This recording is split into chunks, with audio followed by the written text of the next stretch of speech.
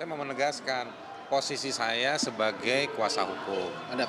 Kuasa hukum dari satu organisasi masyarakat adat. Masyarakat adat ini melihat bahwa begini nih, ada saham 10% untuk Papua. 10% itu udah ada perdasinya, peraturan daerah provinsi. Yang mana provinsi itu 3%. Sisa 7%. 7% ini masyarakat adat dan juga banyak orang di Mimika tanya, ini kemudian saham itu jadi punya siapa? Justru dalam semangat supaya tidak ada korupsi, ada hilang sahamnya, didoronglah kepada di tingkat kabupaten. Di tingkat kabupaten kita desak supaya Pemda mengeluarkan perda di level kabupaten untuk mengatur yang 7% itu 3 atau 4 untuk Kabupaten Mimika, 3%-nya itu untuk daerah terdampak dan juga untuk masyarakat adat. Nah, jadi dari 3% itu atau 4% mana perdanya? Jadi yang saya datang itu ketemu Pak Lambok tadi, orangnya duduk di persidangan. Jadi dihubungi saya jam 5 pagi, kemudian sekitar jam 8, jam 9, Jody yang sering disebut itu ngubungin saya, bro ke kantor aja, kurang lebih kayak gitu. Ke kantornya saya jelaskan legal pendapat hukum saya, yang ujungnya itu mengatakan, nih yang 7% belum ada perdanya nih. Pak Lamboknya bilang, wah bener nih Pak Haris penjelasannya. Nah makanya saya bilang sama Pak Lambok, nah saya balikin ini ke Pak Menko, bantulah kumpulin itu pejabat-pejabat daerah untuk keluarkan perda ini, seperti itu.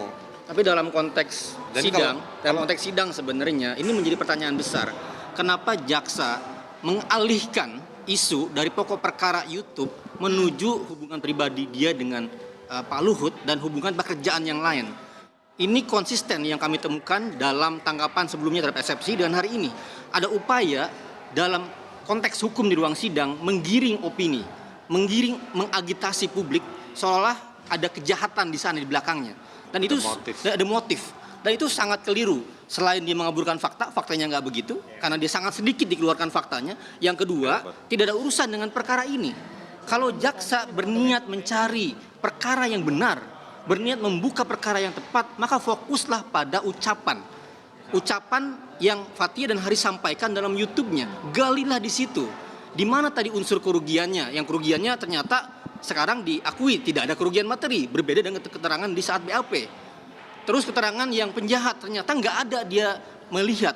Artinya apa? Satu, ada peristiwa di mana yang kita lihat ya, dia tidak melihat utuh video itu, dia di briefing. Yang kedua, ada peristiwa yang didakwakan tapi tidak ada disampaikan oleh dia dalam komplain-komplainnya. Yang ketiga, ada peristiwa di mana ada banyak transaksi, komunikasi, perjanjian yang dilakukan oleh pihak-pihak yang mungkin di bawahnya. Tadi kami sampaikan bukti-bukti itu yang dia nggak tahu. Artinya apa? Artinya selama ini dia juga disembunyikan fakta-faktanya. Fakta-fakta itu kami temukan. Fakta-fakta itu kami sampaikan dalam penelitian. Jadi ada perbedaan kemudian kenyataan antara yang seharusnya dan yang dia dapatkan informasinya. Artinya apa? Ada briefing yang disembunyikan dari Pak Luhut. Dan itu tentu mengenai nama dia, dan dalam penelitian kita angkat gitu.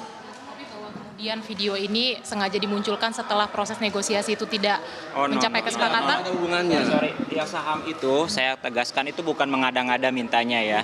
Itu adalah realisasi dari head of agreement antara pemerintah Indonesia yang ditandatangani oleh Kemenkeu bersama kementerian yang lain dengan FCX ya, Freeport.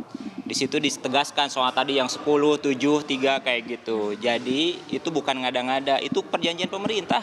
Buka aja sendiri di Google head of agreement-nya. Jadi dan nggak dibantah juga. Jadi itu nggak ada kaitannya dengan ini. Nah, itu pekerjaan yang belum selesai sampai hari ini. Pemerintah tugas Pak Luhut dulu saat itu dibayar harusnya. Pemerintah. Kasihan, harusnya masyarakat ditanya tuh. Mereka kan harusnya sampai sekarang nggak dikasih tuh dividen dari Freeport.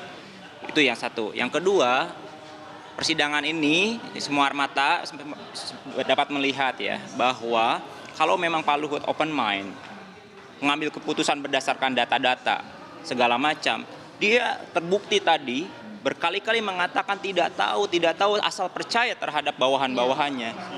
Dia tidak memiliki mekanisme untuk melakukan audit, recheck, well informed terhadap apa yang dituduhkan. Sehingga kemudian dia menganggap bahwa tuduhan yang dibicarakan itu bohong. Padahal transaksi-transaksi, bukti-bukti yang melibatkan perusahaan dia, Toba Sejahtera dengan Westwich Mining, terbuka dalam persidangan ini, dibuka dalam bukti-bukti. Dan ketika dikonfirmasi, Luhut tidak tahu terhadap hal tersebut. Itu menunjukkan apa? Harusnya dia tahu, dia mengontrol karena dia adalah beneficial ownership terhadap perusahaan itu, pemilik sahamnya, kayak gitu. Jadi saya sih menghimbau kepada Pak Luhut, kalau memang seorang gentleman, open mind, buka fakta itu, kayak gitu, dan koreksi. Jangan-jangan ada sistem yang salah di bawahnya yang kemudian dia terprovokasi. Saya menghormati, saya mengafirmasi bahwa ada niat baik dari beliau. Tapi saya kasihan, seolah-olah dia tidak tahu di bawah ada memanfaatkan untuk kegiatan-kegiatan yang kita tahu bersama. Oke? Dan tadi disampaikan kan, dalam sejak awal somasi kami sudah jelaskan. Kuasa hukum dan para pihak sudah menjelaskan tentang apa makna dari setiap ucapan itu. Apa kemudian bukti-buktinya sudah kami sampaikan.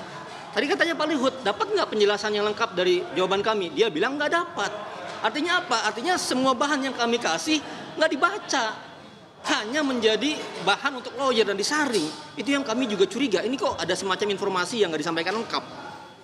Harusnya sampaikan lengkap dong. Jangan sampai Pak Luhut baru tahu sekarang di ruang sidang.